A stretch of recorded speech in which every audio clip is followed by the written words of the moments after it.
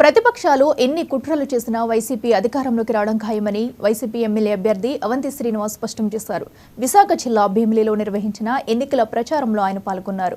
CM Jagan పేద ప్రజల సంక్షేమం కోసం రాష్ట్రంలో ప్రవేశపెట్టిన పథకాలను ఏ ఒక్కరూ మర్చిపోలేదన్నారు. మూడోసారి అత్యధిక మెజారిటీతో గెలిచి జగన్ కి బహుమతి ఇస్తానని అవంతి శ్రీనివాస్ ధీమా వ్యక్తం చేశారు. ఈరోజు ఎన్నికల ప్రచారంలో భాగంగా జీవీఎంసీ 1వ వార్డు పరిధిలో ఉన్నటువంటి 2వ వార్డు పరిధిలో ఉన్నటువంటి సంఘవలస కాలనీ, మరి నేను నాతో పాటు స్థానిక కార్పొరేటర్లు, స్థానిక వార్డు అధ్యక్షులు అందరూ కూడా, ప్రజాప్రతినిధులు అందరూ కూడా, అలాగే మా అక్క చెల్లెలందరూ కూడా గడప గడపకి ప్రచారం నిర్వహించడం జరిగింది.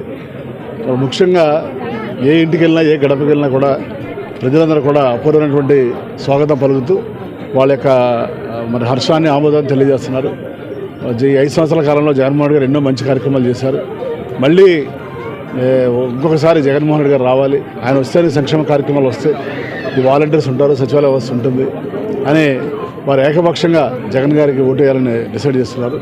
కాబట్టి అత్యధిక మెజార్టీతో భీమిలిలో 3వసారి గెలిచి మళ్ళీ జగన్ గారికి బహుమతి ఇస్తామని తెలియజేసుకుంటూ